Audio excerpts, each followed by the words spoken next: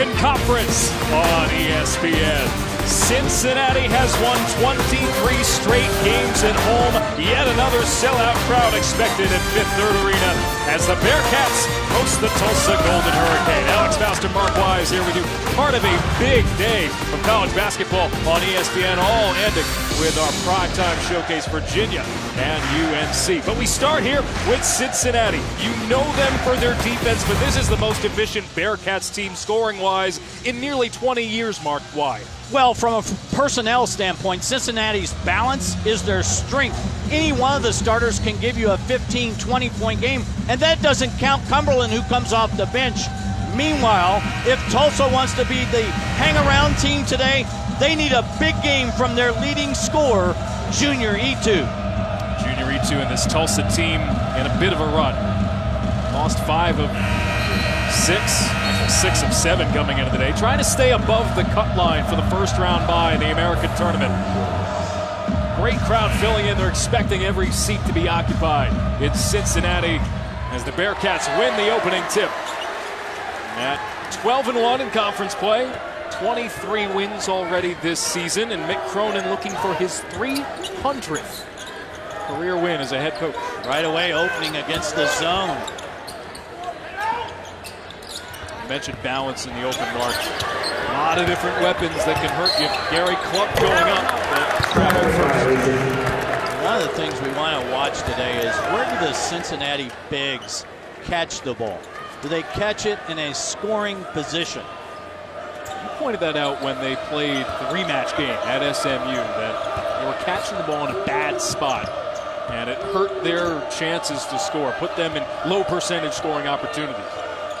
Meanwhile, for Tulsa, I mean, they just need to score, don't they? They have been in an offensive rut seemingly the last 3 weeks. Sterling Taplin's been off his game. Martin Zigbanu has been reinserted into the starting lineup lately. Late in the shot clock, worms his way into the low block and puts it up for an easy 2. Quick warning against Tulsa for leaving the ball alone after the made basket. Wow, a little power hoops. That's a good sign by Igbanu. Took his time in the paint. A lot of traffic with the bigs. He's a guy that was recently reinserted into the starting lineup, and it has paid dividends. Scored in double figures 3 times the last 6 games. A career high 15 against UCF recently. 2-3 zone, soft spot of the zone, the free throw line area, short corner. Late in the shot clock, it's Clark who comes up short on the floater. Also quickly into the front court. Jaleel Wheeler draws a bump, an early foul on Cincinnati. Frank Haith, his 3rd season at Tulsa. Each of his first 2 years there, he had 20 wins and a trip to the postseason. This year, a bit more of a struggle. 13 losses for the Golden Hurricane, more this season than each of the last 2 years. But he had a complete roster makeover from a year ago. It has taken this team a long time to gel, and I think in talking to him yesterday, they're still trying to find their way. Yeah. Well, they've used 9 different starting lineups this year.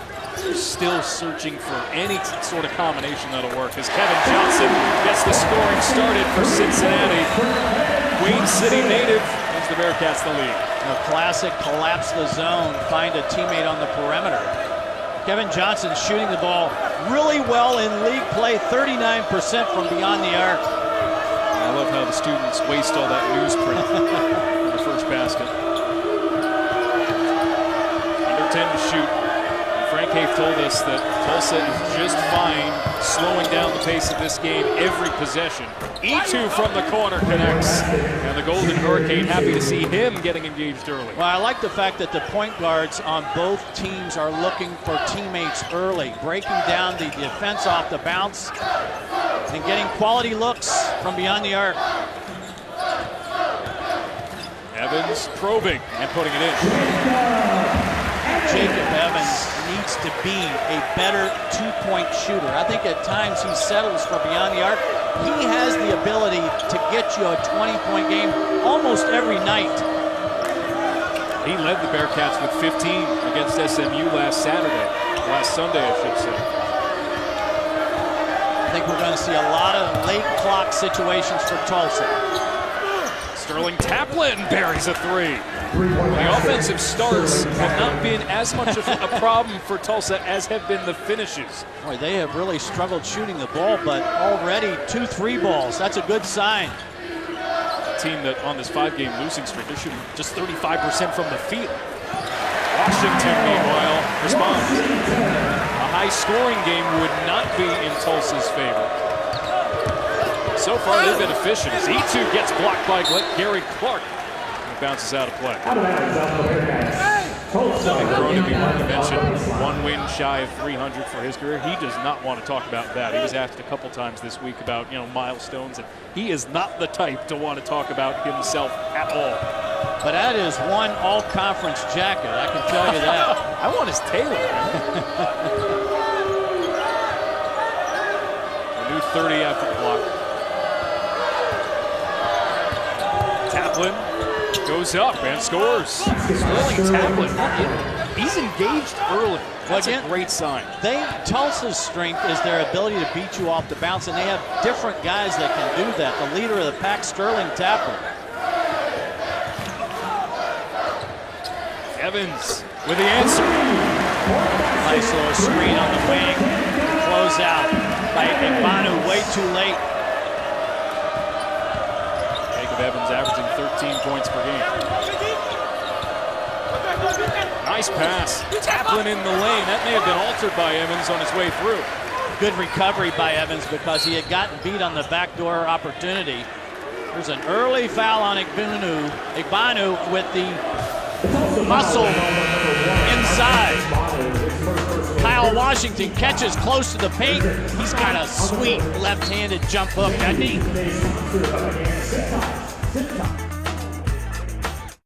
College basketball is brought to you by the 2017 Volkswagen Passat.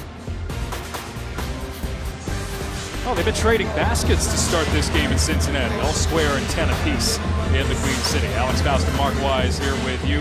No surprises. Give me the offense, man. Give me the offense. Wait. No surprises here with Cincinnati scoring early. Tulsa's matched them pretty well, but Cincinnati at the top of the league.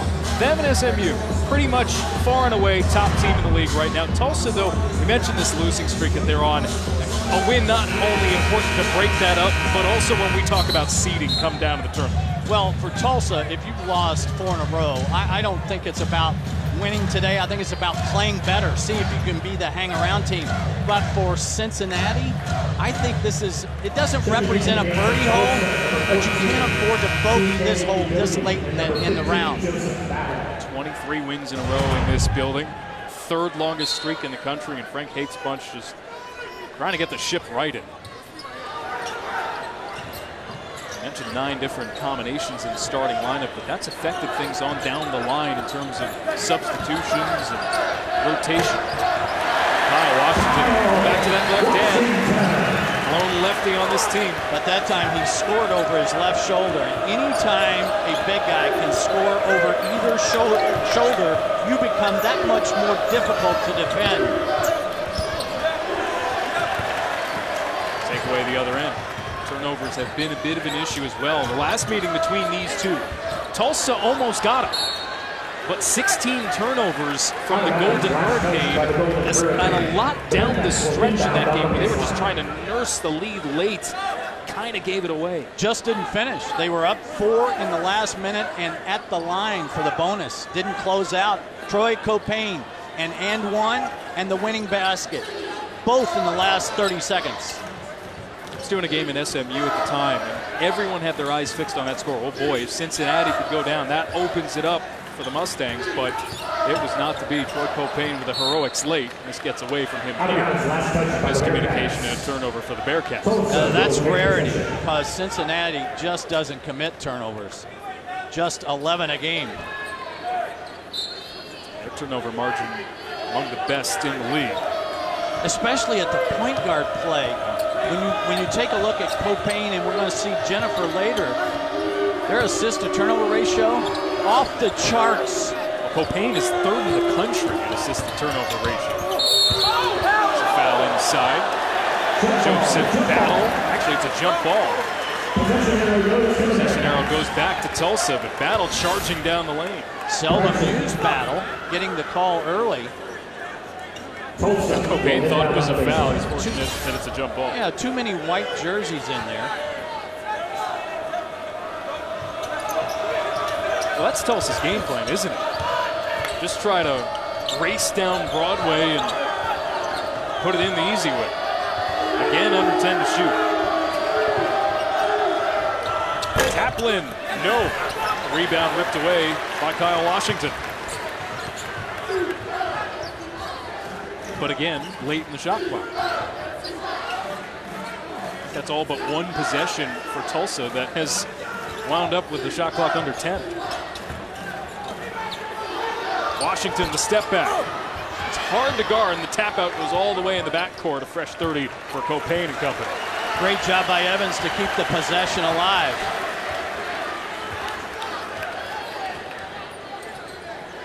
Wide open. Jacob Evans buries that most of the time, shooting 39% from three this season. I think Frank Haith has got to think about playing it close to the vest today. Cannot afford to get down early in this building. Danger. Johnson dribbled it off his foot. You're right, Mark. That was an easy two the other way. Evans wasn't a lead close down, but a couple turnovers already for Tulsa. And you get the sense that you miss a couple here, and this game can run away from you. Kevin Johnson with the steal. He was going to do the Euro step, but the ball did not follow. Trey Scott comes in to spell Gary Clark. Scott's just trying to eat up minutes here. Cincinnati shortened up their rotation a little bit. Still a deep team. These are probably the two deepest teams in the league, you'd have to say. Yeah, I agree with that. But when Cincinnati goes to their bench, it's a little higher in terms of a talent pool. 8-0 run for the Bearcats and a 5-point lead. Ichu carves his way to the cup. No way are you supposed to have that many dribbles in a possession and get all the way to the rim against this Cincinnati defense. Ichu with 5 points to start the day. Scott, nice touch pass to the corner. Kevin Johnson off from three. Ichu the rebound. Nearly lost it. But it's that consistency that they've been looking for from Junior Ichu all year. Here he is again. Now, I know that shot's a little quick, Alex, but I'm okay with that. He's trailing the play. He's in rhythm. He steps into it. He's open.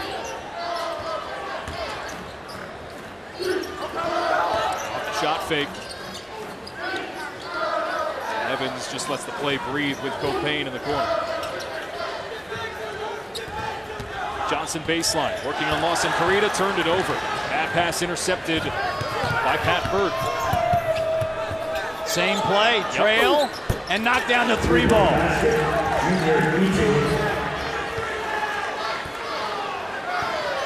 That will not please Mick Cronin.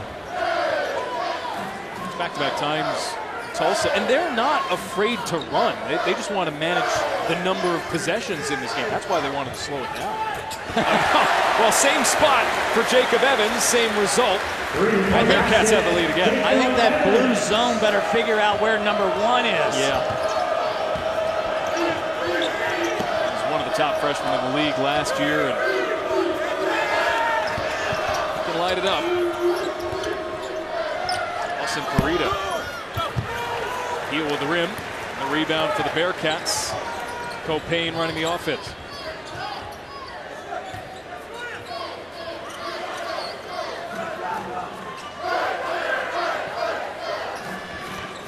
Trey Scott around the horn. Copain, who's had a hitch in his shot lately. Not shooting the ball all that well the last couple weeks. But I like knows it. He knows it. Yep, I like his approach to this game, though. Finding teammates first. That was a good look that Copain had in the paint. How about a Dogie running the floor effectively for the Golden Hurricane? Oh, he was effective on the glass last meeting. More so. Career high 13 rebounds when Tulsa last played Cincinnati. Game that came down to the final possession, and a Copain what amounted to a buzzer beater with 4 seconds left. Washington again with the left. That was interesting because even Adobe knew he wanted to go over his right shoulder. 6 points for Kyle Washington. Tulsa, one and done, but they get a reprieve off a poorly secured rebound by Copain. E2's pass deflected, and they get it right back. 3-on-2 for the Bearcats. Copain found Evans, look out! And Copain, battling for the offensive board, gets rewarded and will shoot free throws when we return. Tulsa's defense has been decent, causing turnovers, getting rewarded with easy baskets the other way. Mark Wise will head into the Tulsa huddle. We'll hear what Frank Haith has to say about his Golden Hurricane, trailing by 3 on the road. Cincinnati points. Tulsa trailing by 3 on the road. What'd you learn from Frank Haith, Mark? Well, he's trying to make defensive adjustments, especially in that zone, how to cover that corner and to figure out the rotation to cover Evans better as a three-point threat. Also, how to defend Washington inside. Then offensively, he kept it pretty simple. He said, guys, just post feed and cut.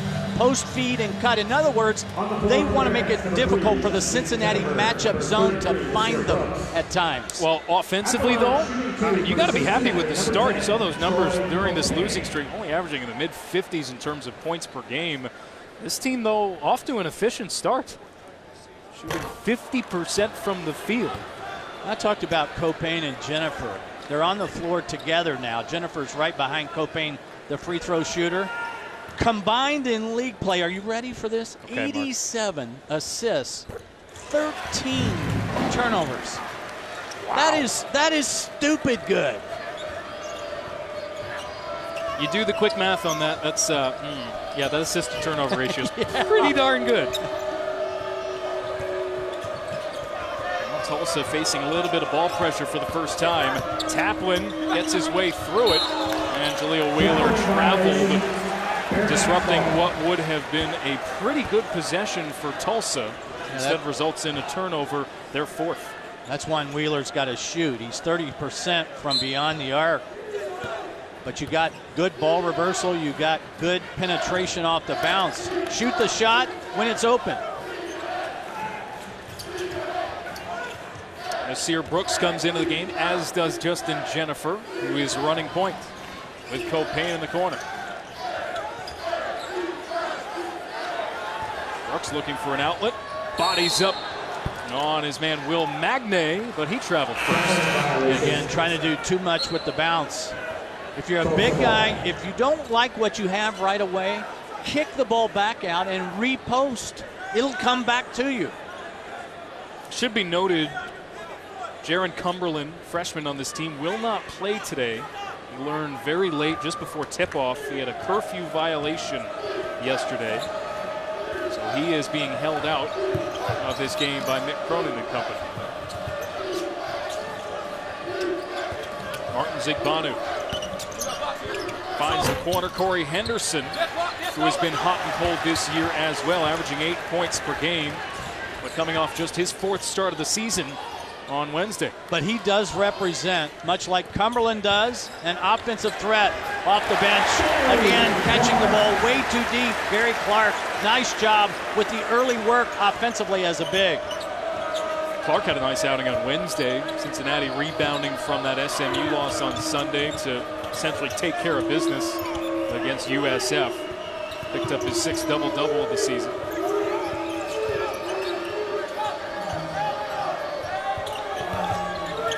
Battle off the shot fake, needs some help.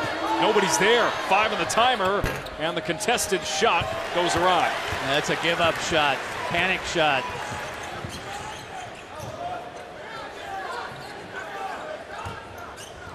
Evans off to double figures to start this game. Zipped it inside for Nasir Brooks.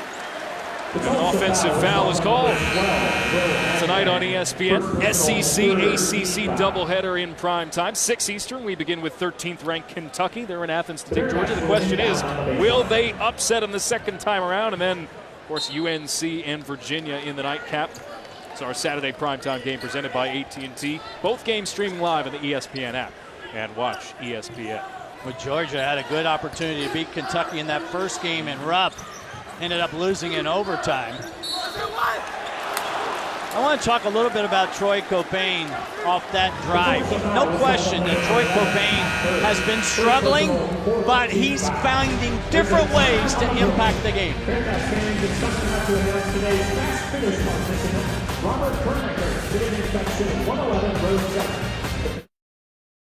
This game, Jacob Evans has 3 of them. Well, he's one of the better three-point shooters on this team, and not 1, not 2, but 3 times he's knocked down three-point shots. The ball movement has been crisp. Evans has been the beneficiary of some crisp offense. This is a Cincinnati team that I think, unlike in years past, plays quicker, they shoot more threes, they take more threes, they shoot 24 threes a game. That's 40% of all field goals are from beyond the arc. So Mick Cronin will tell you he's got better offensive players, and he does, but at the same point in time, he's let them play offensively. Yeah, there's a clear difference. I mean, the number that's striking to me about this, with Mick Cronin at the helm, we know he's been a defensive first coach for a long time. But this team shooting 47% from the field this year, that's the best shooting percentage for a Cincinnati team in 17 years. I mean, it's inside and out. They hit 11 three-pointers against SMU, only 6 two-pointers. Right. What did Mick Cronin tell us yesterday? It used to be Gary Clark and Copain and hope for range. You don't have to do that anymore. Another 3-ball by Tulsa. This Tulsa team not shooting the 3-ball that poorly either. 4 of 6 to begin this game. Yeah, just 32% in league play.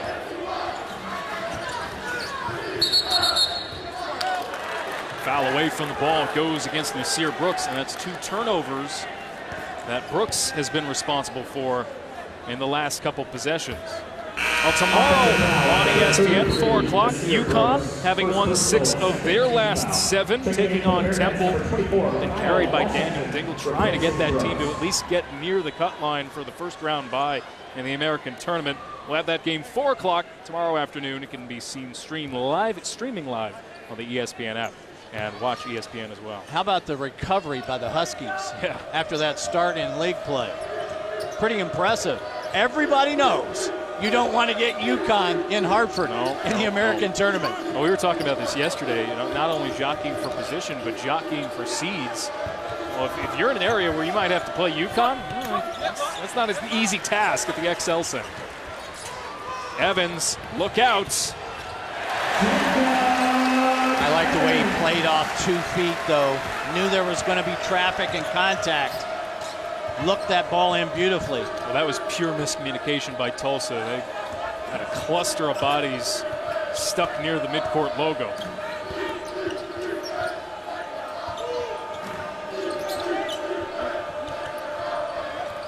Entry pass from Itu. Igbanu baseline with 5 to shoot. Back for Itu. 2 on the timer, and Itu, the long rainbow jumper won't go. Not a bad look, though, late in the clock. I'm okay with that. As much as Tulsa's winding down that shot clock, I can only maybe point to 1 or 2 possessions where they've come off with a rushed shot, or as you like to say, Mark, where the shot clock dictates. Right. Clark lost it, got it back, nearly put it in, chases down his own miss. Copain a spot up 3. That's a welcome sight. Really struggling from beyond the arc in his last 4 games. Copain was just 3 for 20 from bonus land. It comes after the effort play, though, by Gary Clark. Largest lead of the afternoon for Cincinnati. Henderson with the answer. This is a Tulsa team that makes 6.5 3-balls a game. And already here in the first half, they now have 5. 11 trays combined between the 2 teams. Love it. Oh, they nearly had another. And it was nearly Evans alone in the corner again. Itu in rhythm. And Junior Itu puts in the 6th tray for the Tulsa Golden Hurricane. Mick Cronin calls timeout. The lead was 9 for Cincinnati. Back-to-back threes for Tulsa have cut it down to just 3. Let's go back and take a look at Jacob Evans as he approaches the rim again. And notice he kept his eyes on the play the entire time, was able to look that ball in. Again, when you're a three-point shooter, but you can score in different ways, that makes you more difficult. The old Houston coach, Guy Lewis, used to say, give me guys that are hard to guard. Jacob Evans, he's hard to guard. Well, remember, he was one of the top freshmen in the league last year, and Mick Cronin has said time and again this year, he believes that Jacob Evans is the best pro prospect on this team because he has all those tools at his disposal. And he's got the size as a two guard, 6'6". There's a good look at Mick Cronin. Might be more upset with his defensive performance the last couple no question, possessions. especially the trailer, the way that E2 has been able to be an effective trailer. Some trap showed by Tulsa across the timing line. But again, the ball movement leaves Evans open. Extra pass into the lane for Gary Clark, who traveled. That's 3 traveling violations against Cincinnati, and yet another turnover, their 8th. He ruined another beautiful play by E2.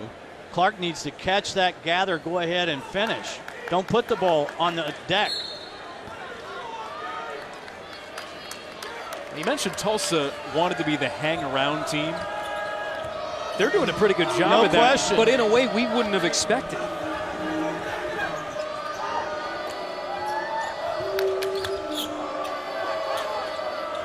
Closing in on 4.5 minutes to go, first half. Tulsa trying to snap a 5-game losing streak entering the day. Cincinnati, who's yet to lose in this building this year. Jaleel Wheeler had that rejected on his way up, leaving 4 on the shot clock. Wheeler forces the issue, nothing there. Not only was Evans in the correct position, Brooks came over to be the help defender. Plenty of time, though, to get a good look.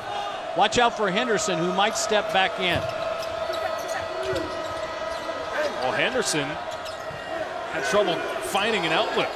And it is Henderson who gets it back. Receives up a wild look. I think he had more time than he thought. Magne had no clock awareness there. But it all started on the inbounds pass. They didn't have anywhere to go with it. And they couldn't set up that set play.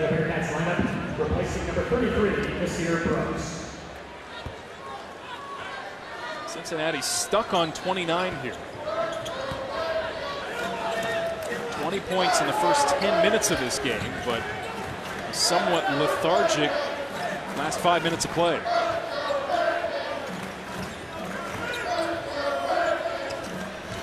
Clark. Under 10 to shoot now, Copain. Working against Pat Burt, fed to the corner. And Evans off the mark from the left side this time. Again, Copain, though, with room service. Well, that's what he does, Pat. He may not be scoring at a high rate this year, but you'd be hard-pressed to find a better point guard in this league. As Burt puts in what, for him, is a rare field goal. In his last 5 games, the 5-game losing streak that Tulsa was on, from 2-point range, Pat Burt was just 1 for 25. Basket's waved off here as Washington gets fouled first. Tulsa was down by 9 at one point. They're on an 8-0 run.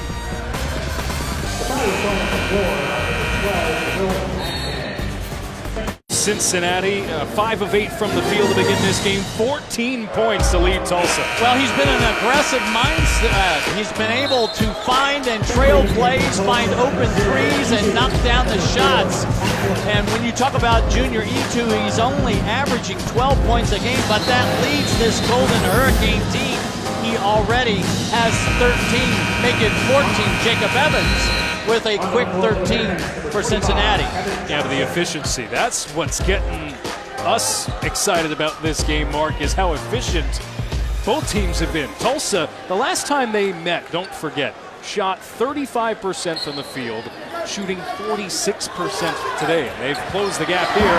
Off the inbound, though, Washington left unmarked, and Cincinnati stops the Tulsa run. Defensive breakdown on the out under. Washington did nothing more than go to an open space. Washington up to 8 points now. E2 gets fouled. Only the 3rd for Cincinnati. Evans picks it up. First personal, 3rd team foul. Out underneath. Keep your eye on Washington, who's going to go straight in between defenders to the open spot. There's miscommunication. That's an easy deuce. Hook shot for TK Udogie off the mark. Tulsa had that run to get back into it, but now what do they do with it? 3-point game. Clark for the free throw line makes it a 5-point game. Soft spot of the 2-3, that free throw line area. Gary Clark has a great mid-range game.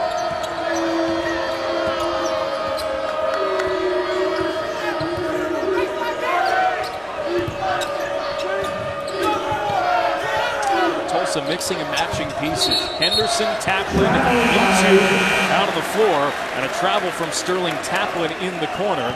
Results in the 5th turnover for Tulsa. I know what's going through Frank Haith's mind right now. He wants his team to move the ball, don't have so many dribbles, but they played so well here in the first 17.5 minutes. Don't lose the last 2:30.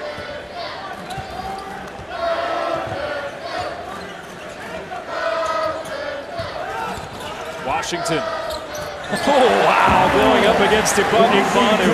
Nifty. Yeah, his delivery is kind of the Jim Furyk swing, isn't it? The ball comes off his hand funny. It's got a different look to it, but he's effective. Butler had a player a little bit like that, smaller version. Roosevelt Jones had a hitch in his delivery. There's a foul away from the ball here. That's on Washington, who's asked to guard Knightley, the best block-to-block player for the other team. A lot on his plate. And in the absence of Cumberland today, that rotation, which is deep, a little shorter. There's a breakdown defensively. Ooh, Henderson nearly had it. That was halfway down, wasn't it? Corey Henderson. But it's an empty trip for Tulsa. That's one. Yeah, Henderson would like to have back. Under 2 minutes to go now. And you're right, Mark. As much as Tulsa has managed the game well to this juncture, what once was a 1-point gap, Cincinnati has been able to widen it again. Watch the way Cincinnati will move different players in and out of that free throw line.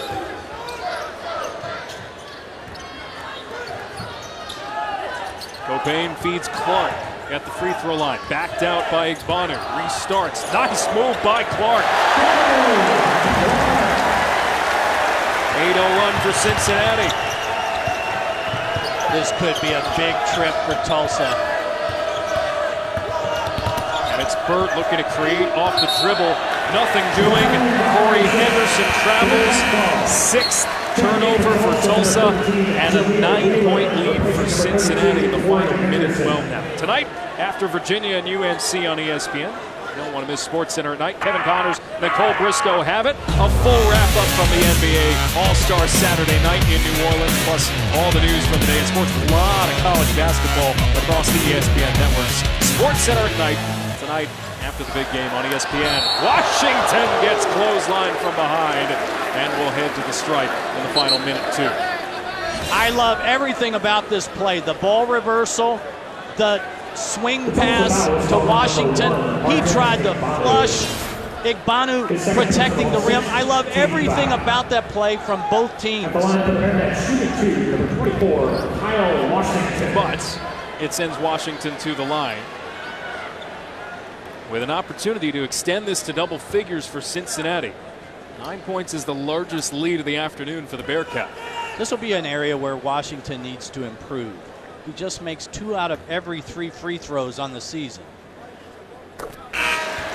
On cue. Asking a shot. It usually works the other way. It's usually a jinx. Copain sits in the final 62 seconds. Justin Jennifer returns. Excuse me, Alex. Cincinnati does have a couple of fouls to give here in the last minute. Washington splits the trip. Now I'm blaming you since you brought it up. It's all my fault, isn't it? A couple turnovers towards the end of this first half for Tulsa. Much better this time, though, feeding Will Magnay at the right block for the lay-in. Maybe Tulsa's best half-court execution. Wonderful. Cincinnati into the front court quickly, but unable to go 2 for 1. I've got you sold now, don't I? I know you have, Mark. You've converted me. Justin Jennifer travel. It's contagious. It's gotten to the point where it's hard to ball fake. Certainly a point of emphasis this year. Frank Haith takes his use it or lose it timeout.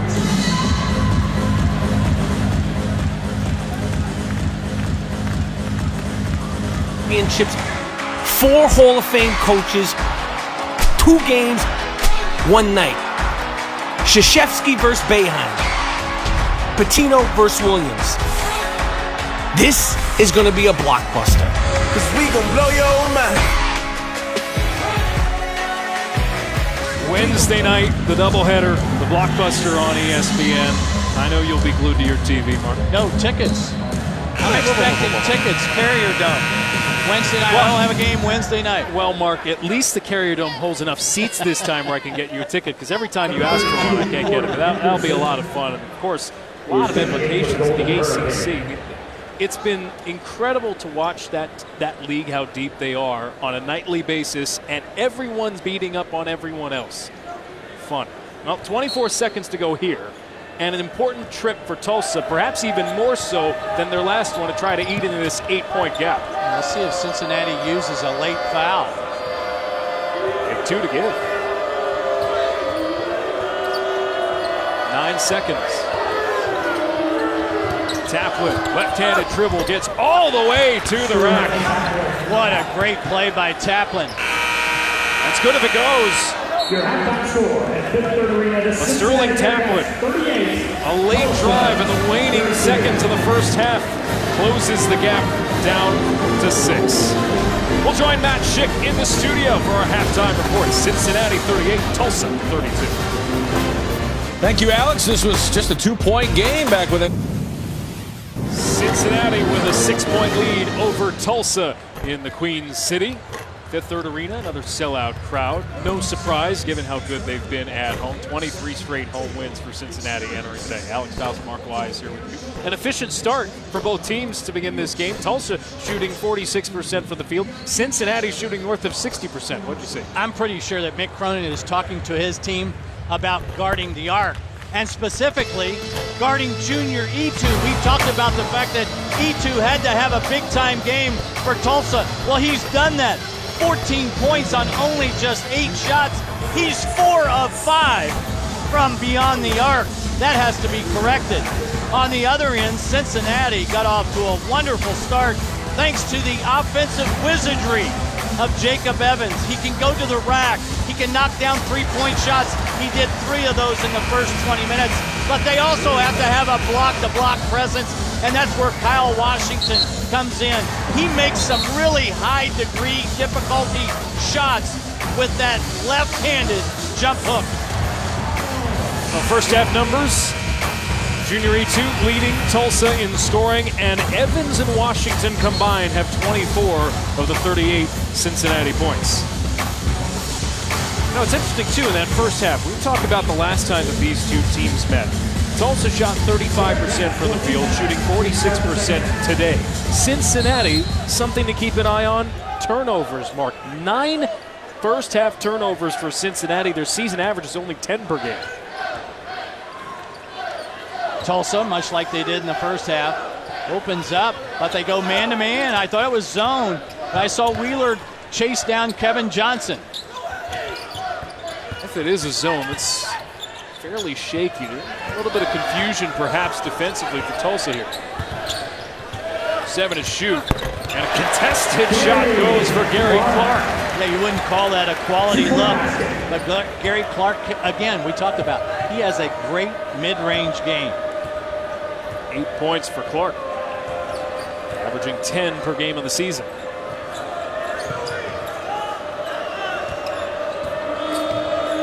E2, 14 first-half points for the Golden Hurricane, but a turnover. 7th of the day for Tulsa off miscommunication. Again, those are the ones that give coaches gray hairs. Unforced, just a simple guard-to-guard pass. And there you see the frustration of a Frank Haith.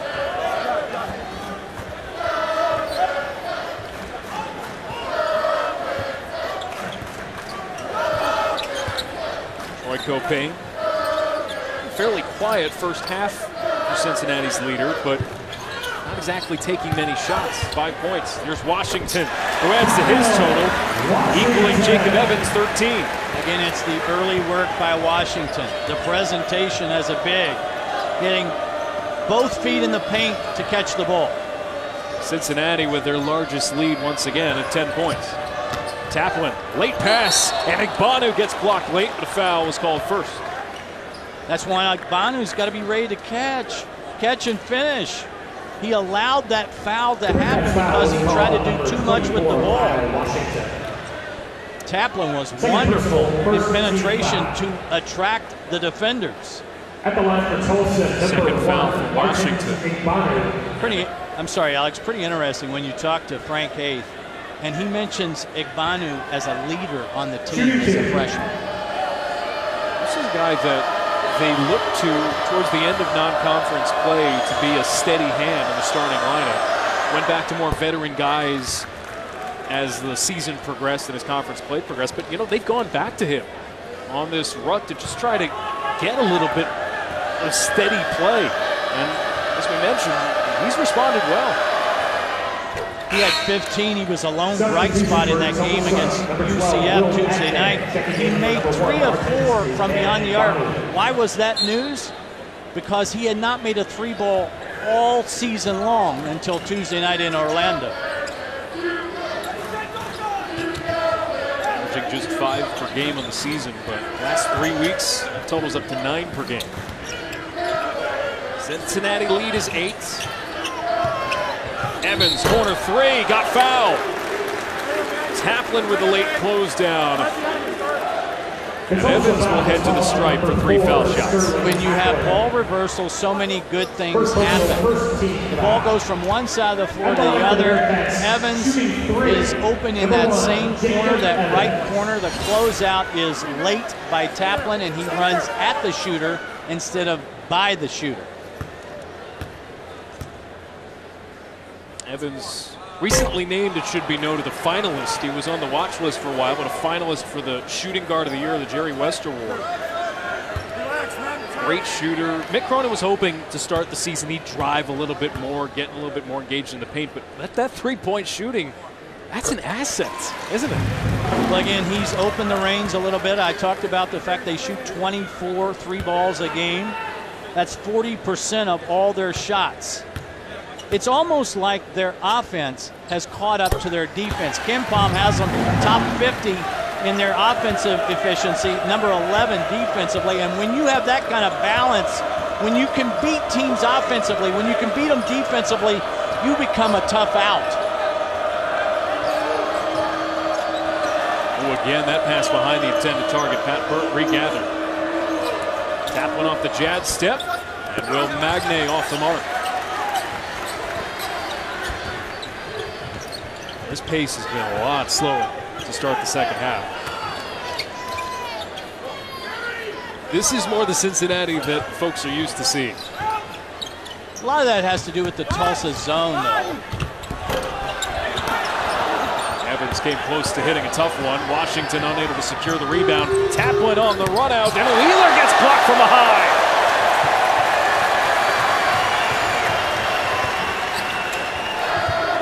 Three-ball, Clark. An offensive rebound chased down by Kevin Johnson, a new 30 for the Bearcats. Long misses mean long rebounds. Tulsa's guards have to get in on the glass. Cincinnati shooting north of 60% from the field, and Copain, what shooting struggles? Again, off the ball screen. Nifty little re-screen that time by Washington. Magne underneath, knocked away easily by Kyle Washington. Evans on the run out. Wow! Timeout, Tulsa. Largest lead of the afternoon for Cincinnati. Jacob Evans, multi-tool player. Pretty.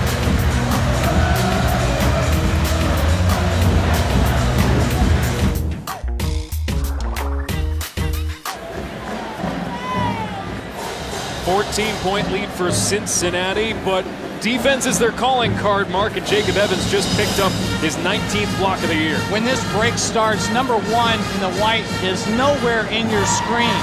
It's an effort play by Evans to get back and be the eraser. 2-on-1 is just taken away by the hustle play, the extra effort play of Jacob Evans. And when you can impact the game on offense and defense, that's exactly the kind of player that Mick Cronin wants. Jacob Evans, wonderful player, wonderful play. Mick Cronin, every time you ask him about Jacob Evans, gives glowing praise. Braves, yep. Cronin going for his 300th career win today. The Bearcats somewhat in control now. What does Tulsa have to change? Well, again, they got to make shots. I mean, simple as that? Yeah, it's not complicated. They've gotten the ball inside a couple of times. They didn't make shots. E2 had an opportunity from the wing. Wheeler into the paint and gets bumped by Copain. Well, that was somewhat similar to the play that Copain made late in the game at Tulsa, the and one. Mick Cronin comes from the Mark Wise School of Officiating. Very rarely do you agree with a call. Well, we got a veteran crew today. Yes, we do. Steve Olson, Leslie Jones, Bill Jacobson. Travel. It's contagious. There have been a lot of traveling calls. We were actually chatting briefly with Steve Olson, one of the referees, and he mentioned it. Guys just need to stop hesitating. Slow down. But again, Wheeler's got both feet in the paint. He's got all kinds of defenders around him. Kaplan's open. Kick the ball out.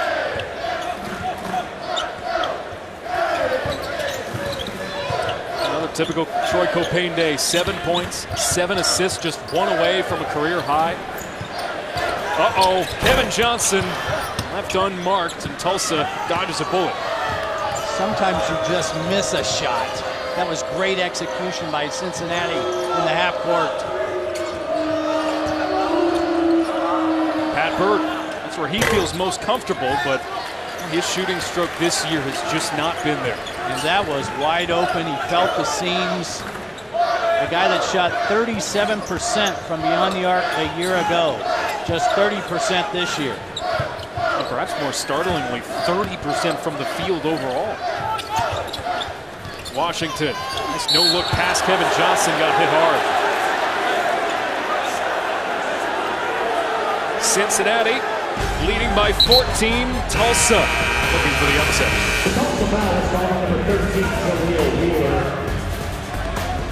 Well, they're hoping that they can avenge that crazy loss they had to UConn last year in the American tournament. Of course, the whole tournament will be on the ESPN networks coming up. Troy Copain to inbound here, with Cincinnati in control of this one. 23 straight wins at home for the Bearcats. And Tulsa in a bit of a rut, having lost 5 in a row. Here's what Champ Week represents to me. The unpredictability of college basketball is the beauty of college basketball. But do you know what every fan base says? What? They go, yeah, I get that, but I don't want my team to be unpredictable. Doesn't work that way. Foul called on E2. Well, Cincinnati trying to get back to the NCAA tournament. They're pretty much a lock at this point. Third home winning streak now up to second best in the country. Kansas lost, of course, 2 weeks ago. But look at number 5 down there, SMU, Moody Magic. They got a taste of that last week, didn't they? Oh, this has been a struggle for the Bearcats today. In league play, they don't go to the free throw line a lot, but they're a solid 71%. Not so today. There's 5 of 10 from the line. Kyle Washington, not exactly a great free throw shooter at 66% on the year. Again, hits 1 of 2. We had a fun chat with him yesterday, didn't we? Yep, we did. I mean, he's a really, really great talker in the sense that he loves to talk basketball. We can go for hours. And he has bought in to the Mick Cronin ways totally. Yeah.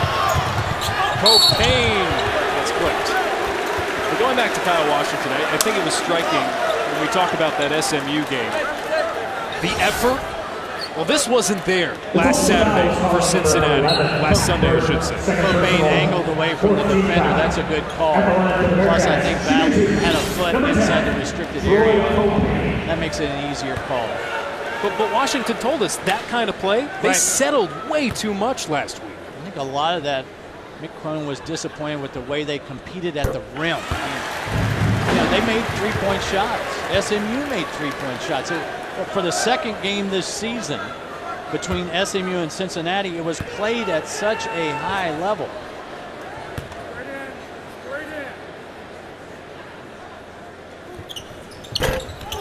Cobain in and out. Again, the free throw troubles continue. Cincinnati still 50% from the foul line this afternoon. The lead is ballooned to 16. Tulsa in need of a basket. They have yet to hit a field goal this half. And a rejection underneath from Washington. Leaves 18 on the shot clock. Cincinnati defense again stellar. Notice Washington got off Igbanu once he caught the ball. That allowed him space to operate. So many times big guys don't understand that you need space, and when the ball comes inside to your guy, you actually have to back off. Foul called here on the inbound. They were looking to force Tulsa out of bounds. Rim protection today. Martin Igbanu getting called for the foul, and it results in a turnover. An offensive foul on Igbanu came up limping. I don't buy it. We're, what, 6.5 minutes into the second half? They still have yet to hit a shot. Granted, only 0 of 4, but you mix the turnovers in there. That's a toxic cocktail. Evans kick to the corner, and Clark working his way in on E2. Clark gets fouled. Nice reverse pivot that time by Gary Clark, who really didn't catch the ball in a scoring position, but worked his way into that high red district. At the free throw line, both are attached. Number 11, Gary Clark. Clark today for Cincinnati, 8 points. The pace has just ground to a halt here. But it has for one team. It's okay for Cincinnati. Yep. They'll shoot free throws the rest of the way and be perfectly okay with it. Gary Clark in a little bit of a different role this year with the addition of Washington and Cumberland offensively, which is one of the reasons why I have Gary Clark on my all under the radar team. Yes. We'll get to that later. Well, we're talking about players that you can pretty much pick your first team all conference at this point. Pretty easy to do, but there are a lot of under the radar guys that not necessarily getting a lot of love from the rest of the media in the league. Junior E2 off the mark here. Tulsa continues this anemic start to the second half, 0 of 5 from the field. This is running away rather quickly. Foul away from the ball. This will go against E2. This is sumo wrestling down in the paint between Clark and E2. I don't think I've ever heard that term used at a college basketball broadcast, Mark. That's what it looked like. Clark back to the free throw line. Already, this is 13.5 minutes to go. Already Cincinnati is in the bonus. Remember at half you asked me about what's going on, and I talked about, I'm pretty sure Mick Cronin was discussing defense with his team in the locker room. I think they heard the message. This is vintage Cincinnati. Bludgeon you with defense. Which is funny considering what Mick was telling us yesterday. Back when they were in the Big East, he really enjoyed watching Mike Bray's Notre Dame teams. He got a 2 seed in the NCAA tournament back in 2012. They were balanced, they were sharing the ball, unguardable, he said, on most nights. So he reached out to Bray after that season to talk about, well, how do you organize your team? How do you get those guys so many touches? 2 of them then caught up in the Bahamas that summer on an Under Armour trip. And they've been joking ever since. Mike Bray's joked every time they see them. Right. Oh, yeah, I see the Irish are playing pretty well down in Cincinnati. They have been so much better at sharing the ball, getting extra touches, being more balanced, as you mentioned in our opener. They become hoops pen pals. Wow, that is a welcome sight for Frank Haith. And Pat Burt. And considering how alone he's had his struggles shooting the ball. That's the first field goal of the half for Tulsa. But quickly, Justin Jennifer puts it in on the other end.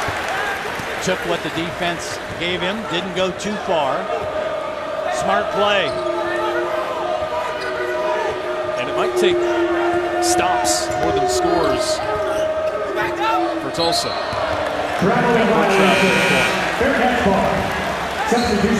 Cincinnati in control now. Again, the closeout is so quick and so immediate. I wonder what Frank Haith was. Oh, and he's going to get teed up here. Bill Jacobson didn't appreciate what Frank said to him. Perhaps one of the 7 words he can't say. Maybe he got in 3 or 4 of them. I think both coaches are a little frustrated by the walking calls, but I got to tell you, I'm agreeing with most of them. Guys are just shuffling the feet.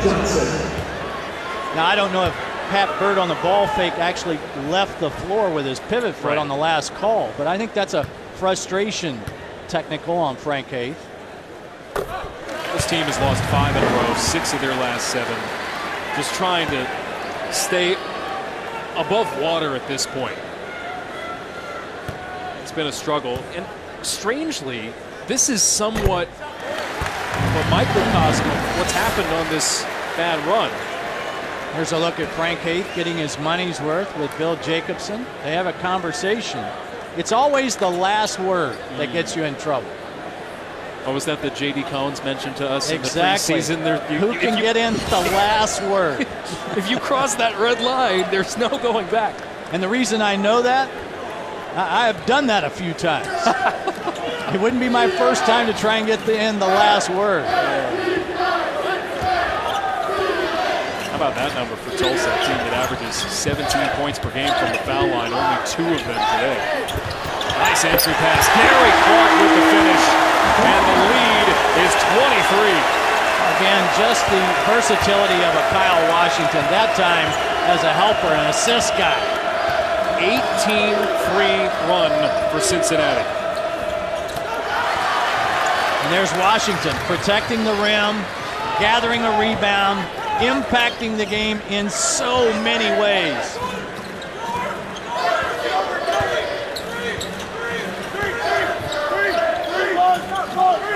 Kevin Johnson. This Cincinnati team with plenty of breathing room now, looking for their 24th straight win at home. Copain with time expiring. Foul. Looking for the loose ball. Kyle Washington jumping into the play. But Cincinnati set up well with Gary Clark inside. Mark Weisful dip into the Cincinnati huddle and hear what Mick Cronin has to say when we return.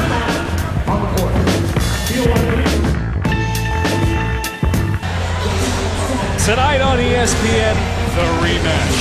Kentucky and Georgia, 6 p.m. starts off our primetime doubleheader. We'll then take you to Chapel Hill. Number 14 Virginia, number 10 North Carolina. It's our Saturday primetime game presented by AT&T, also streaming live on the ESPN app. And watch ESPN. Did you know, Mark, that the Hoos have won 3 straight against UNC? It's been 2 years since they actually played in the Dean Dome, but over the, because you know the ACC scheduling, you don't get to play everyone all the time, but 3 in a row. It's pretty good. This game, a little bit out of hand now. 60-37, Cincinnati over Tulsa. You were just in the Cincinnati huddle, Mark, to hear from Mick Cronin. Well, come on. It was a Cincinnati huddle. It was Mick Cronin. What do you think they talked about? They talked about defending. And he was talking about how to rotate in certain actions that Tulsa likes to run. So most of the conversation about defending, I think Mick's a little disappointed that Tulsa's made a shot here in the first 8 minutes. Predictable. You know, it brings up an interesting point, though. When you go into huddles, you kind of get the sense in some games, and it looks like Cincinnati may be on their way to this win. you know, the play that he's talking about, the rotation that he's talking about, it may not matter today, but it might matter down the stretch of a big game. So, you know, in a lot of ways, coaching is a suffering profession. But you're always teaching for the next game, the next opportunity. So it may not seem like a big deal today, but it could be down the road. Martin Zigbata picks up the offensive foul for Tulsa. And the Cincinnati team, you can talk about defense all you want. I'll tell you what else they've done this half. They've clamped down on turnovers. They had 9 of them in the first half, none this half. Yeah, they've also clamped down on that three-point line. They're not letting Tulsa get any kind of looks after the Golden Hurricane knocked down 6 in the first 20 to be the hang-around team. Kevin Johnson. He led Cincinnati in scoring on Wednesday. Pitching in a couple threes here, and Mick still coaching every possession. Pat Bird off the mark from 3, offensive rebound for Tulsa. And Junior E2 draws a foul. Well, I talk about coaching being a suffering profession. One thing that Cincinnati does, though, so well, they share the basketball. The skip pass from Gary Clark. So we talked about earlier, Washington became an assist guy. Clark became an assist guy. So when your big guys, who are usually so offensive-minded, are willing to find teammates and be that assist guy, man, it just makes you hard to guard. That assist-to-turnover ratio that we mentioned earlier is phenomenal. 1.6, that's among the best in the country. Troy Copain alone, 3rd best in the nation. Mismatch. Taplin moving in on Washington, unable to hit. It's a big man to be shooting against. But Washington did the right thing. He let his length be his strength in that one-on-one matchup with Taplin. Allowed him room and then challenged the shot. I'm so impressed with the complete game of Kyle Washington. Mick Cronin has said time and again, he is perhaps the most self-motivated guy he's ever coached. He loves that effort on both ends of the floor. It's twice now that Tulsa has tried to bounce past the ball on the out under. Neither time was successful. Jacob Evans is in for Cincinnati. Mick's credit, he's not the type of guy to throw the jacket off during a game. His jacket's probably pretty expensive. And if I had that jacket, I wouldn't throw it off either. Somebody may take it. See, E2's got to shoot that shot. There's Wheeler. Wheeler with his first basket of the night. Sometimes you've got to shoot the shots when you're open, what the defense gives you. Yeah, but Tulsa, even when they've had open looks, Mark, and especially on this losing streak, they've been unable to put it in for whatever reason. And I asked you at the half, what does Tulsa need to keep doing? And that is just find a way. Kyle Washington's found a way today. Another terrific game. Up to 17 points now. Watch Washington catch the pass and spin the wrong way. Baseline side for the left-hander. He doesn't get the first one, but it's that stick-to-itiveness, that want-to, that hunger for the basketball. Washington back to the free throw line. Stick back and one. And the lead at 27. Well, this happened in a hurry, didn't it? 6-point game at halftime. Well, the feel of this second half is also completely different, partly because of how Tulsa just has been unable to hit shots, and I think it's bled into other parts of the game as well. These turnovers, although they had a couple in that first half, they have piled up in the second. 8 turnovers this half alone.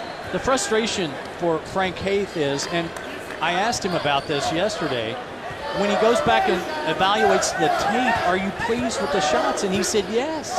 He said, we're getting good looks, we're just not making shots. That is a frustrating way to play. Now the good news is that Tulsa goes home next week for a couple of games. Washington lost at baseline, and that was the other way. Something to point out. I don't think any coach would use this as an excuse, but this run that they're in, they've had to face the top half of the league. No question. UCF, Houston, Cincinnati, SMU. They played all.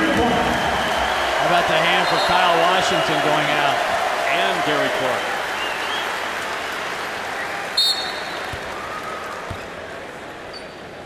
Combined, Clark and Washington had 32 of the Cincinnati 67. Florida and Mississippi State coming up at 2 Eastern on ESPN. Foul here on Will Magnay. And lacrosse coming up after us on ESPNU.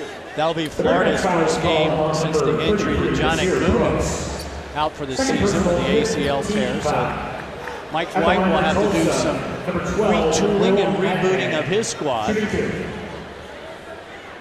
Speaking of the SEC, I didn't get to ask you whether you think Georgia could take down Kentucky in the rematch tonight. Well, if they can get a third double-figure score. I'm pretty sure I know what Mayton's going to give Mark Fox, and I know what J.J. Frazier, but can a Parker or somebody else step up and give them that third double-figure score? That'll be violent, and they've got to slow down the transition game of Kentucky, and I don't think that's any big secret. Everybody's kind of figured that out. Free throw shooting has not been kind to either side today, and I don't think the fans have any interest in being kind to Tulsa. I think one of the fans wanted to do some free throw shooting as the ball came out on the floor, one of those small balls. Yeah. Cincinnati, this game, it's funny how it's turned into a throwback, hasn't it? We wax poetic in our open. They're balanced. They're scoring a lot, and they'll crack 70 again here today in a blowout. You mentioned Mark, top 50 in the country in offensive efficiency, but at the end of the day, what's their calling card? And it goes back to basics. Right. Isolation for Evans. That seems like it's one-on-one. That's coaching. It's spacing. It's isolating one guy on the floor with the trust that Evans will make the right read offensively, whether that means he becomes the shooter or he becomes the helper. Wheeler with the foul from the junior college transfer. I mentioned his background a couple times this year. Didn't go to junior college for any academic reason, playing time reason, just wanted to support his family with a part-time job beforehand. Wheeler has struggled today. It's a great story, though. Oh, yeah. If you have a chance to read up on Jaleel Wheeler, 13 in blue from Tulsa, it's worth your time. The struggles of the Bearcats at the free throw line. Free throw shooting is two things and two things only. It is repetition and confidence. I thought it was contagion. Because it's certainly contagious. This is a foul on Brooks, clotheslining Wheeler on the drive. Brooks has spent a lot of today in the wrong place at the wrong time defensively. He'll learn. He'll get better. Freshman from Philadelphia. Taplin. Ooh, he located Magnay on the inbounds pass. Got lucky that Brooks knocked it out. It didn't look like Magnay had that clean. Yeah, this is Brooks and Scott on the floor at the same time for Cincinnati. Trey Scott's a redshirt freshman from Georgia. Pat Burke, late shovel pass. And a late foul called. I didn't see a lot there on that one by Brooks. I just said he's been the wrong guy in the wrong time at the wrong place. Take another look. Does Brooks only go straight up vertical? He reaches there. Now, do his arms stay up? I don't think that's a foul.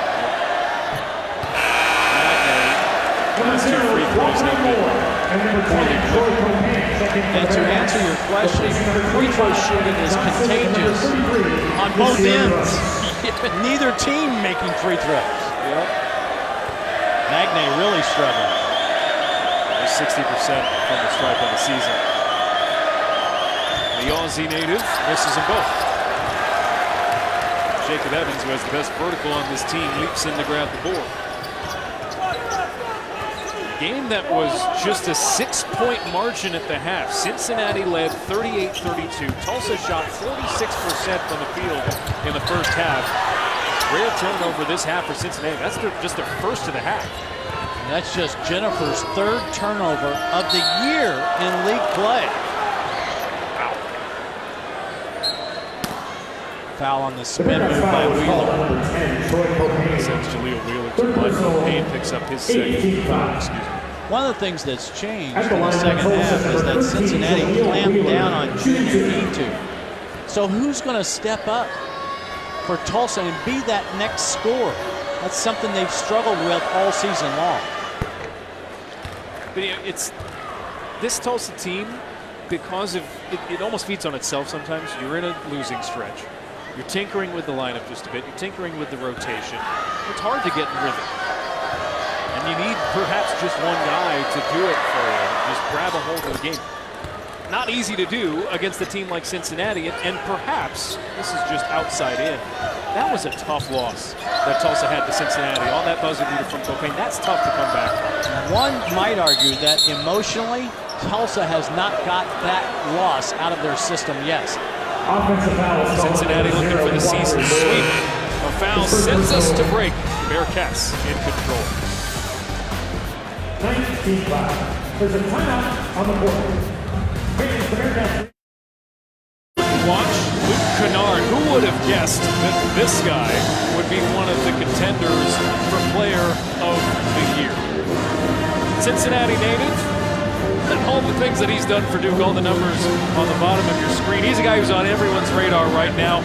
Mark, though, how about some guys that are under the radar in this league? This is my all under the radar team. And when you take a look at the guys that I have listed, Ben Moore, I love his game. He is the glue guy for SMU. Damian Dotson, Houston asked him to do so much. Jamario Rivers is playing out of position for Memphis. Daniel Dingle, much the same at Temple. And then Gary Clark here at Cincinnati. Because of what he brings to the table in terms of being with a new set of guys that can score. His role has changed, but his impact has not. So I like every one of these guys. All 5 of those guys could play for me. We'll see Dingle next Saturday. You and I will be in Philadelphia. And SMU in action tonight against Houston, which will be a fun game. Good skip pass. Pat Bird left open in the corner, got fouled late. Comes up a bit gimpy. He'll head to the foul line. Again, Gary Clark ran at the shooter instead of by him. And he's getting an earful right now from Mick Cronin. Tell you what, after we had a first half largely devoid of fouls as Clark gets some instructions from Mick Cronin. We've had a bunch called this half. 21 combined fouls called this half. Did you see Clark appeal his case by pointing out? I don't think he's going to win. No, I think the sub is already at the scorer's table. Okay, so this game is basically decided. These are important minutes, I think, for Pat Burt. He's made a three-point shot today. He's going to the free throw line. He can see that ball go through the net. If Tulsa's going to get well down the stretch, and they have the opportunity, there's some games they can win in the last 2 weeks, they're going to need Pat Burt playing at a higher level. Tulsa's schedule does open up a little bit for them. They have East Carolina, USF, Tulane. Yes, they play at Moody against SMU, but a couple of winnable games there. And again, we mentioned it earlier, never mind the losing streak that they're on. If they can find a way to just stay out of that first round game, that would be beneficial. Well, I can make a case, and you and I have talked about this. I can make a case for 5th in the league. I can make a case for 6th in the league. I can make no case for being 7th, 8th, or 9th. And the reason I say that, if you're 6th, yes, you have to play the first day, but you move out and play somebody not named Cincinnati or SMU. Fair enough. If you're 5th, you don't play the first day. So it's a tough game, but you don't have to play the first day. So 5th or 6th, I'm willing to live with. 7th, 8th, 9th, that's not the spot to be. Evans off the mark from 3. Tulsa on the run. We haven't seen a lot of this in the second half. Sterling Taplin hit the underside of the rim. Just indicative of a poor night overall. I like the way he attacked, though. Sliced between defenders. Little 1-3-1, little change of defense here. You can't be upset with the look. And Taplin, to his credit, 7 points, 4 assists. Decent day. Cincinnati's just been better on both sides of the floor. Seems like a simple pass, but it was a shooting pass. What does that mean? That means the receiver only had to worry about catching it and shooting it. Evan Johnson now into double figures. Led Cincinnati on Wednesday. One of 4 players now in double figures. Jaleel Wheeler hits from the corner. His second 3 of the afternoon. Just 30% on the year. Again, Tulsa needs to find some offensive rhythm. If it comes in the last 5 minutes of this game, so be it. Yeah, you notice Frank Haith is keeping his starters out on the floor.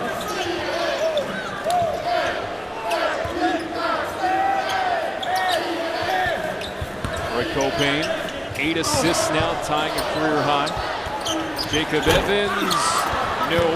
I love the extra pass by Johnson, though. That unselfish play. Unselfish play is contagious as well. Tulsa, just the turnover troubles continue this half for the Golden Hurricane. Now 15 turnovers this game. It's hard to fix that midseason, I found, from coaches, because we talk all the time with coaches, and especially ones who have turnover trouble. It's easier said than done. Payne misfires on the layup. Because it's, I would imagine, more of a mental thing than schematics. A lot of times it's guys trying to do way too much off the bounce. So you knock down a couple of threes, what does that do? It feeds into your confidence. We haven't seen Wheeler make a play like that in a couple of weeks. Double figures now for Wheeler. Guy who had been largely off the radar, I think, for Tulsa the last couple of weeks.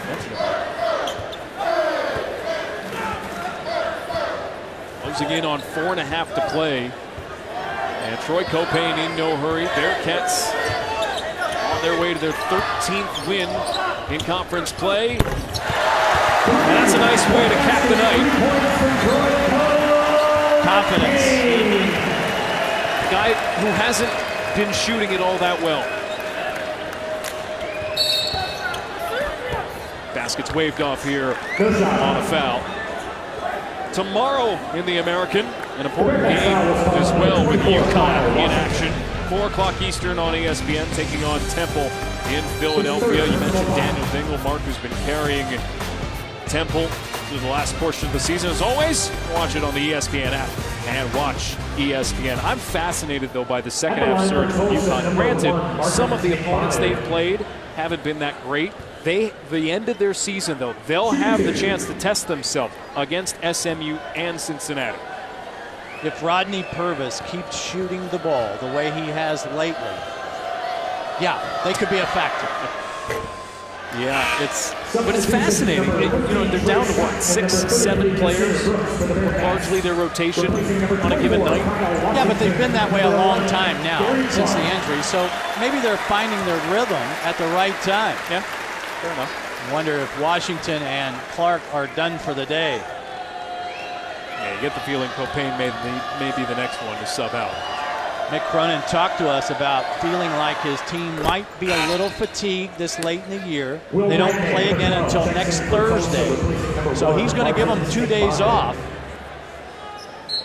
Maybe they'll celebrate Mick's 300th win.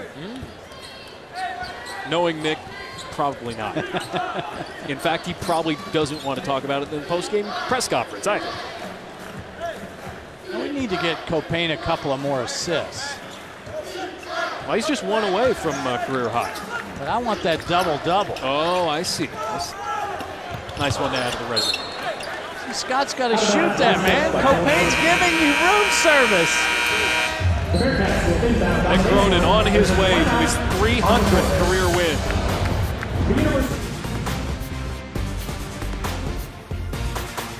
After we settle some business here, Cincinnati in control over Tulsa. Cincinnati is going to be involved in a couple of key games down the stretch in the American. We'll talk about that in just a moment. But on their way perhaps to their 24th consecutive home win, third best such streak in the country. Evan Johnson adding to his total, one of 5 Bearcats in double figures today. No, we talked about that at the top, the balance of Cincinnati with their scoring. It's also that way with their shot distribution. And remember, they're doing this without Jaron Cumberland today, out with a coach's discipline. Yeah, but you know, for Cincinnati, we mentioned it at the top, balance. That's the story. They have the personnel to be able to do it, and the personnel then are executing. How many different ways can you beat a team? We know Cincinnati can beat you as that's traveling on Evans. We know Cincinnati can beat you defensively, offensively now. You mentioned those games that we talked about. I'm going to circle 2. I love this SMU-UConn game and then the Cincinnati-UConn game. So UConn's not going to win the league, but they may determine who does win the league. 2 home games. 2 big ones. And you know, for the tournament, which is in their backyard, we'll have every game on the ESPN networks for the American tournament. I would be willing to say, and we've said this a couple times already, we don't ask coaches because we know the answer they're going to give. They don't look ahead to that sort of thing, but nobody wants to play. But they do. Nobody wants to play. Yeah, I totally agree. Valuable minutes for bench guys for Cincinnati at this point. Jacob Evans, not one of them.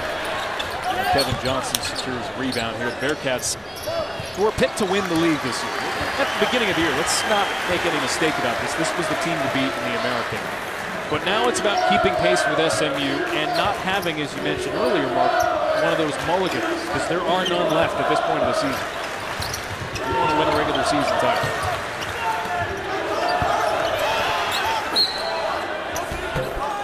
Foul called inside. Take a look at the remaining schedules too here, and we'll see that. Well, we talked about comparing SMU to Cincinnati. Here's what they have left. Notice that the Mustangs have 2 on the road, and they're both huge, and then finish at home against Tulsa and Memphis. Meanwhile, Cincinnati's remaining games are split home and on the road. That at UCF game, that could be sneaky good. They had trouble with Taco Fall and company here at home last week. Nice game changer. It's funny, talking with Frank Haith yesterday about it, and you ask any coach, but they just played him. You just saw that game, right? It's impossible to underestimate how much he changes it. Especially when he's on the floor in terms of, he's been in some foul trouble lately, so he's only played 16, 18 minutes. When he plays 25 minutes or more, UCF is hard to beat.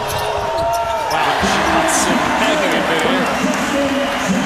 Jennifer, rather, crafty pass in transition.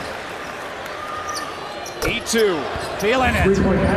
Well, they need a score, don't they? That's his 6th 3-ball made of the day.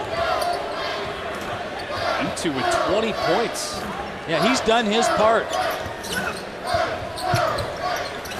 Yeah, but the problem is you're facing the top defensive team in the league and one of the best in the country. And for all the talk about offense, this is the best year for field goal percentage defense that Mick Cronin's club has seen in 5 years. That was halfway down. Probably should have been a goal tag. E2 working on 20 points, runs into Justin Jennifer and gets called for a foul. E2 still playing hard, as is this Tulsa team. They just could not make shots in the first 10 minutes of this second half. Again, Mick Cronin, when he summons, it's usually not good. This time, Trey Scott.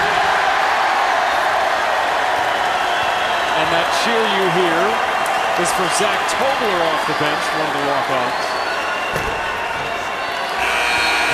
I think students have more fun when those guys come off. Oh, are you kidding me? And Zach, I got news for you, big fella. Don't pass the ball. your shot up. There's no such thing as a good assist now. We're not working on assist to turnover ratio No. at this point of the game. No. For the record, Tobler is shooting 27% from the field this year. Doesn't There you matter. go. There you go. Come on. Even got the signs ready, Mark. Let it fly. Oh, there you go. Nasir Brooks getting a touch. And that's perhaps just as important. And he's the future for this program as well, the freshman from Philadelphia. E2. Way off. I don't mind that, though. A little heat check. Yep. He's been dynamite today. Yep. Cincinnati does have to shoot again. That's what I'm talking about. He might get another crack at it. Nasir Brooks didn't get the memo. Ladies and gentlemen, at the conclusion of Cincinnati ranked 18th in the country.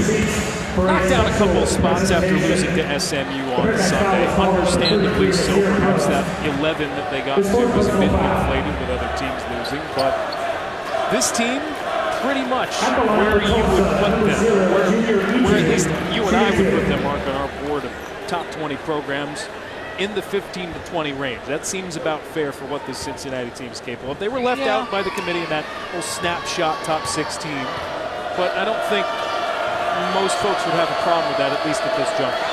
No, I think if Cincinnati can win the conference tournament, I think they can get to the 4-1. But it's going to take winning the conference tournament, I think. They'll be somewhere in the 4 to 6 range, in my opinion. There's a good sign of Mick Cronin getting his 300th. They just announced here on the public address system for fans to stay in their seat. There's going to be a special presentation. Big moment. Number 14, TK Udoka checks into the Tulsa line. What a second half, though. Well, Mick, remember, sat out a couple years ago after that health scare. Who would have imagined that college kid in the 90s hustling around in that beat-up 79 Cadillac, going to all those basketball camps around the area? We get to 300 Division I wins as a head coach. And you know one of the neat things about it? His dad is here to watch it. Yep. Sitting right behind him. 42 second-half points for Cincinnati. Their 24th straight win at home. And Mick Cronin's 300th in his Division I career. Well, we saw a little bit of everything today from Mick Cronin's team. We talk about being diverse and you're winning. They can beat you offensively. They did that today. They can beat you defensively. They did that in the second half. And with their personnel, 5 different players in double figures. Youngest coach at 45 or younger to get to 300 in college basketball. Our final score here, Cincinnati 80, Tulsa 60. For Mark Wise and our entire crew, Alex Faust bidding you a good evening from the Queen City.